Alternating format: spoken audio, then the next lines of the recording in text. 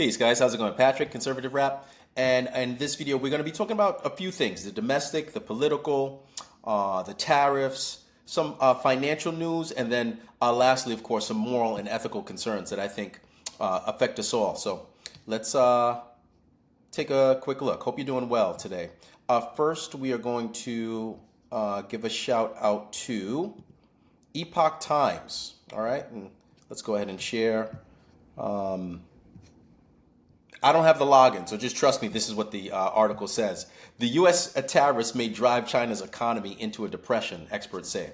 All right, so Lee, a garment explorer in southern China, said the United States steep tariffs have dealt a devastating blow to his business, which is what we want. We want to be taking back what the deep state leftist actors have been robbing us from and using China as a siphon to do. China's been taking advantage of us for decades. It's getting tiresome.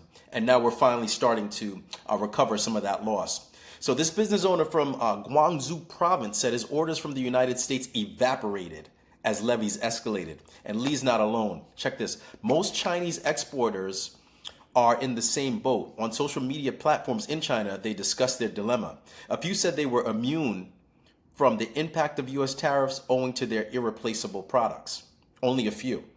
Those exporters reported that U.S. orders formed the majority of their business and were the most lucrative. Without the American market, no other region, including Europe, can fill the void.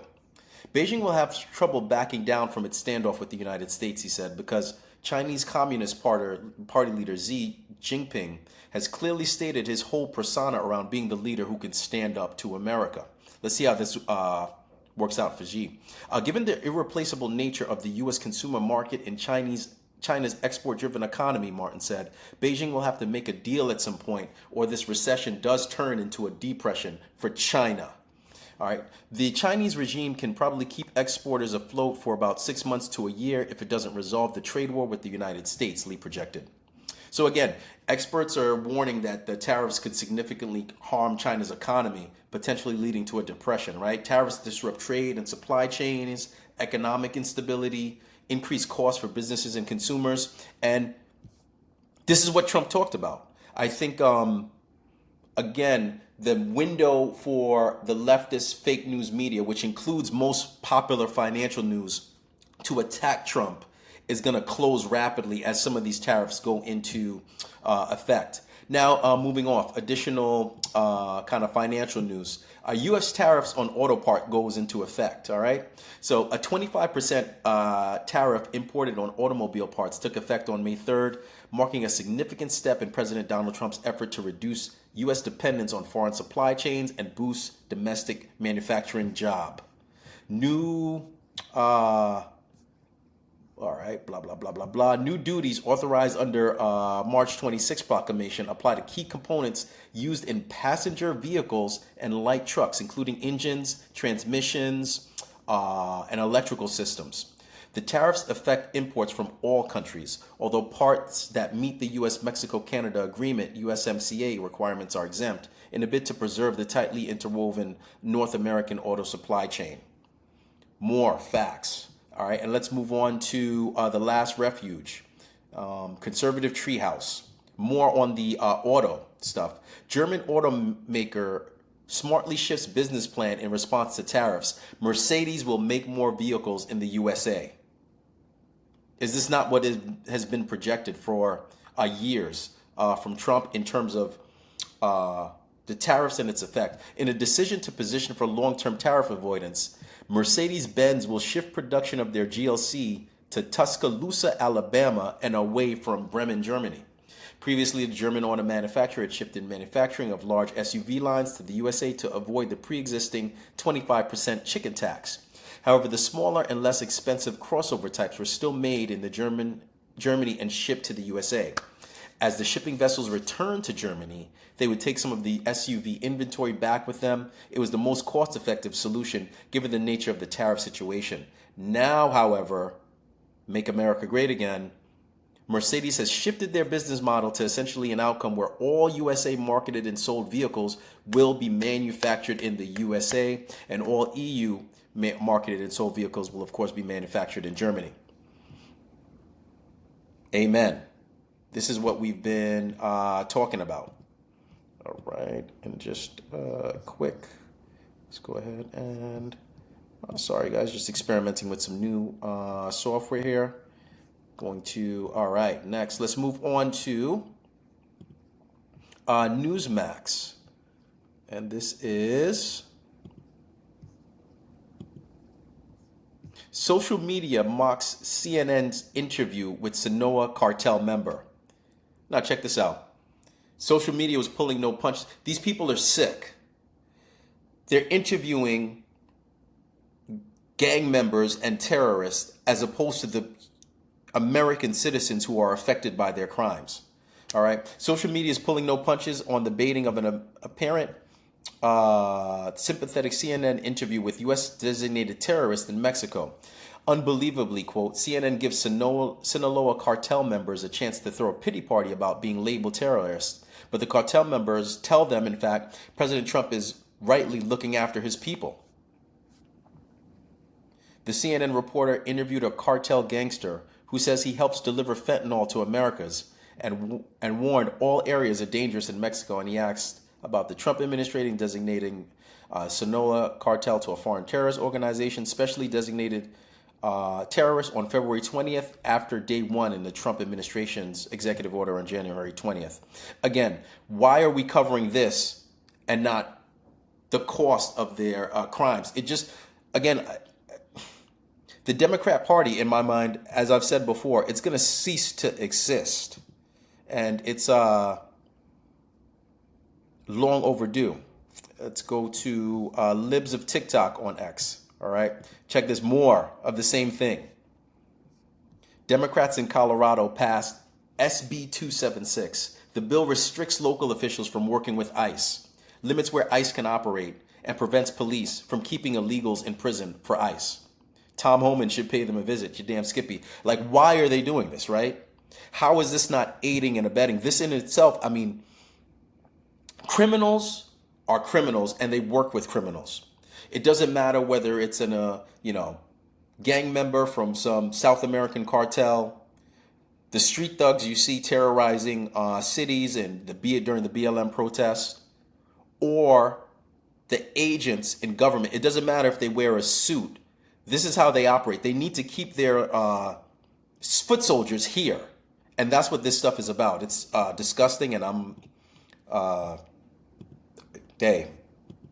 let's just keep moving on this front. Stephen Miller replied on X. Let's see here. Where's Stephen? All right, I'm going to share this. Here we go.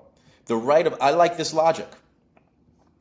The right of due process is to protect citizens from their government, not to protect foreign trespassers from removal.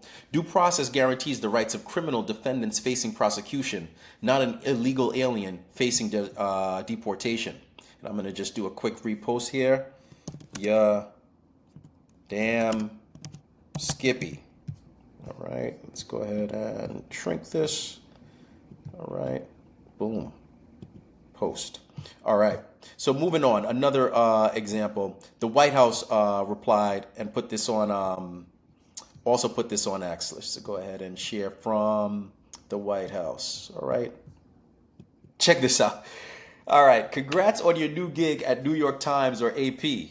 Here's your fake news media reframing guide, trademark. Perfect for turning illegal alien MS-13 gang members into Maryland dads in milliseconds. All right, fake news, check this out. Fake news media reframing gang. Rather than an illegal alien from El Salvador, let's enlarge this, MS-13 gang member or suspected human trafficker, it's a Maryland dad. Rather than an illegal who allegedly raped the corpse of a dead man on a New York City subway, they'll say it's a Brooklyn man. Or an illegal alien who raped and murdered Laken Riley, a nursing student who went for a jog, it's a quote-unquote Georgia man. Now, I don't understand this. This is ridiculous. If they're not a citizen of the country, how can they be a man of the state or the city that they reside in? Someone explain this to me and help me. Feel free to comment below. Again, moving on, guys. We're going to go to Gateway Pundit. Awesome. DHS announces they will pay for flights of illegals who want to self-deport and give them a stipend. Here's how much money this new policy will save taxpayers. The Department of Homeland Security has assured a creative way to ensure illegal aliens leave the country and get their ass out of here while saving you and I our tax dollars. As Fox News' Bill Malugin reported this morning, the DHS announced that it would start paying for commercial flights of illegals who self-deport in America. In addition, the government will also pay these illegals $1,000 extra once they're confirmed to have got their ass the hell up out of here. To qualify, illegal immigrants must register on the CPB border app, etc., the process that they go through. Check this out. I did not know this. If an illegal alien accepts the offer of self-deportation, the self-removal flights and the stipend will cost only $4,500 per illegal, 45 Cs. This is a savings of at least $12,500 for just one invader, or 70% savings for the taxpayer alone. Tell you, it's night and day when we have someone who loves their country running this country, and we have what the founders envisioned, people who are citizens and patriotic doing a duty in service to America, as opposed to these deep state, fake news, corrupt politicians who have been in office for the entirety of their career just grifting. All right, so now let's keep it moving. We're going to go to Mario Nafal on X. Check this out. This was also deep. All right. Hospital accused of picking doctors and patients like it's a freaking diversity contest. Henry Ford Health is in hot water after American First Legal, shout out to American First Legal, said they're handing out jobs, surgeries, and scholarships based on someone's skin color and gender, not skill or need or acumen. All right. And just a quick timeout. I don't know. You tell me. I got to do more posts on this, like not just the moral and ethical, but like the philosophical like underpinning of like patriotic erosion in America.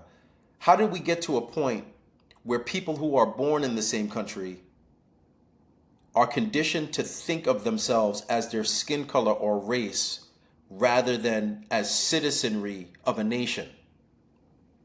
It's really fundamentally like wicked, I think, because it's not just Democrats, but this whole radical like leftist ideology. You literally have a significant branch of the population believing that their skin color is their identity. And this DEI nonsense, it's the like epitome of that psychosis. All right, so AFL says the Detroit hospital got almost $1 billion in federal cash and used it to build a DEI machine that blocks white guys from promotions and picks organ transplant patients based on race. They even claimed the hospital hid the evidence by quietly scrubbing their website. Now AFL wants the feds to yank the funding and shut it down. Praise God, as in do something logical and righteous. All right, so shout outs to Mario Nafal. He does great work. I would give this guy a follow if you don't already. It's time we get our house in order, guys. What do you think? Just a quick roundup of some things I found earlier this week. Look forward to more shortly, and feel free to comment and like below. Thanks, and take care.